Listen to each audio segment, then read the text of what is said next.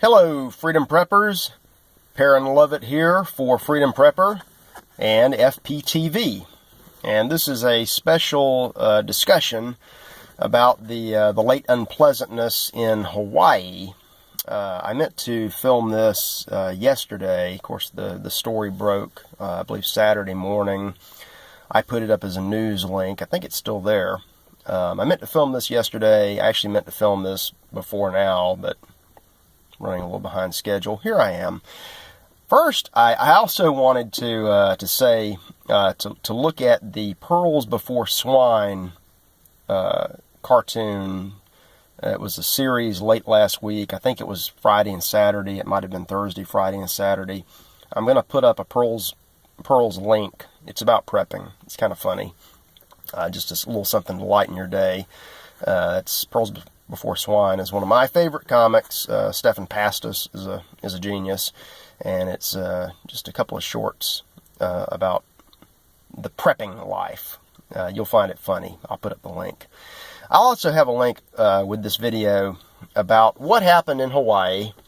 I'm sure most of you have heard that Saturday morning, I guess it was 8 o'clock. I'm not sure if that was Eastern time or local time in the Pacific.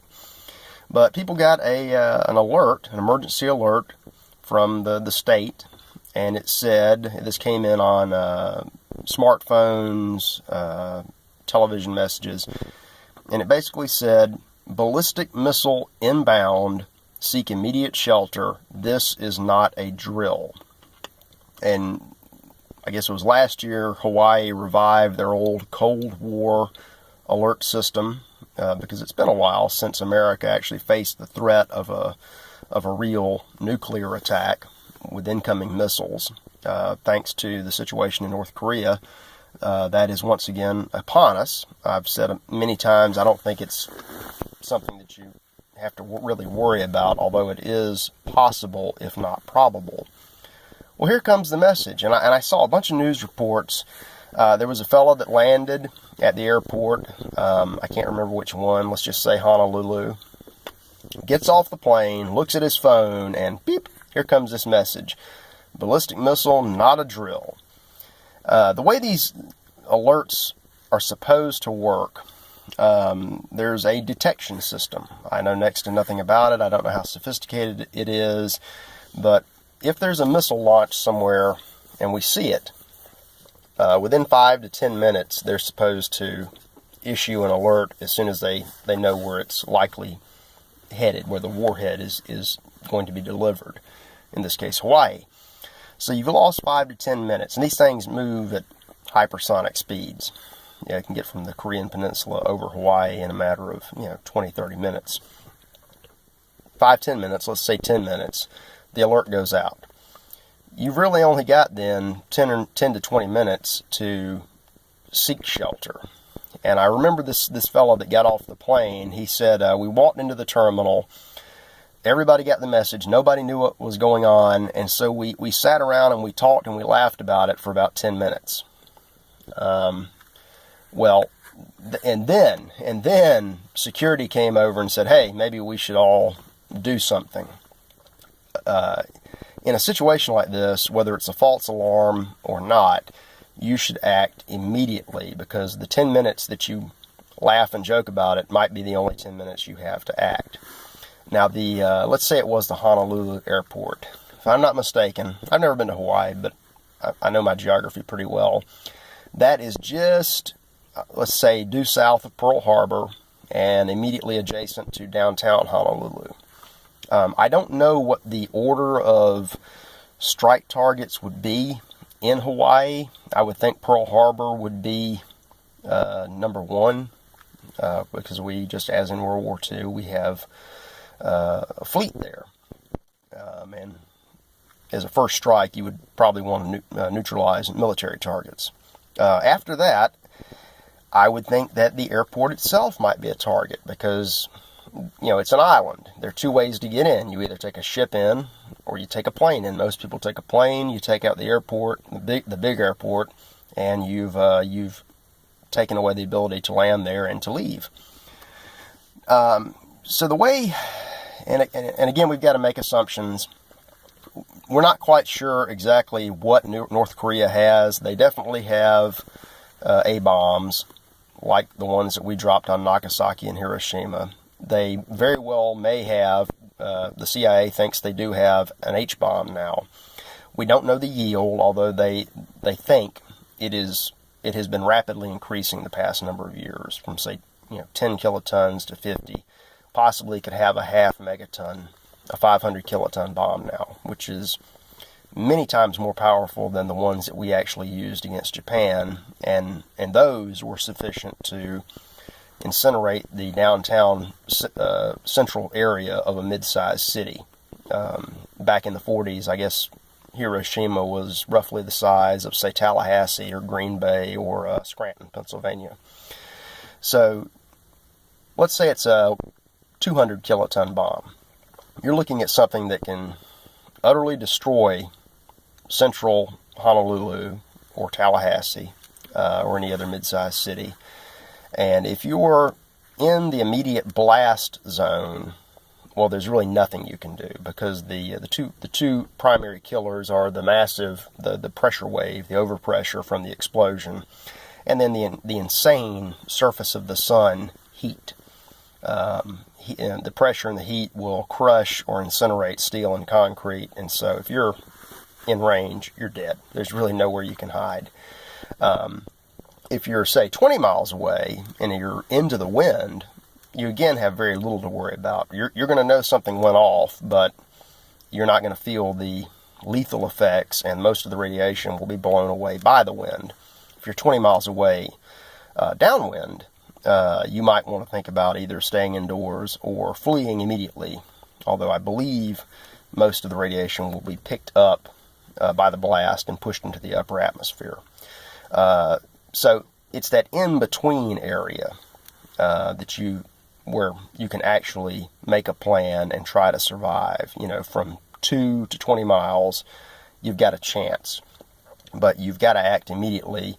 And we've had a couple of articles in the past about surviving these things. I'm going to try to dig those up and cross-link to them. Essentially, you want to go inside as deep and as low as you can and put as much material between you and the outside world as possible, whether that's concrete, steel, masonry structure, dirt, rock. Granite is probably the best thing. That's why most purpose-built military and government shelters are in mountains, thousands of feet under rock. But just 2, 3, 10 feet does a world of good to keep out the radiation. You also want the room that you're in sealed, and you want to keep it sealed for at least 48 hours. I watched a little sliver of Fox News, and they had an expert talking about how to survive these things. And it was one of the best segments on Fox News I've seen in years, because it was actually a factual presentation of something that's useful, not just a normal BS. If you have a shelter, say at your house or wherever you are, or that there's a dedicated fallout shelter from the Cold War, that's a place to go. And you need to make sure that you've got air, food, and water for 2, preferably 3 days. If you're somewhere like an airport, I guess you would need to go to the lowest in-ground enclosed room you can find, maybe a basement. How that's going to work if you're out in public and you just got off a plane, maybe you don't have your bug-out bag with you, maybe you don't have anything with you. You've got to improvise, and you've got to do it quick, because, again, you only have a matter of minutes. That's something to think about, both in terms of if you're at home and you've got your stuff and you're ready to execute the plan, and if you're out on the road away from home and you don't have your stuff and you've got to do an emergency improvisation. This case, of course, was a false alarm. They say that some state worker pressed the wrong button.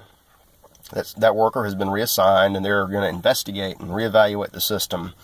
I think this was actually a good thing. It certainly scared the hell out of a lot of people in Hawaii and around the country, but it was kind of a good test. Now, of course, you don't want too many of these false alarms. You don't want the boy crying wolf until nobody cares.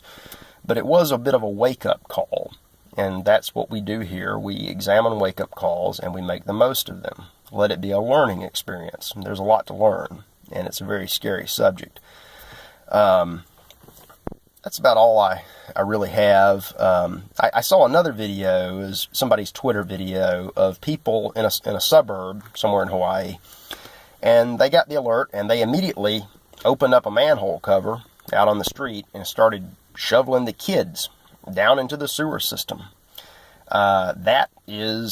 That's not an ideal plan, but it is better than nothing. It's good that they were thinking on their feet, because underground you've got the pipes, the dirt, concrete, asphalt above you to shield you. It's not hermetically sealed, so if there's radiation drifting around, and most of the radiation gets caught up in dust particles, and with a big explosion there's going to be a lot of dust kicked up. You want to keep the dust off of you. Now, if they were upwind and they just needed somewhere to survive the blast, they may very well have made it.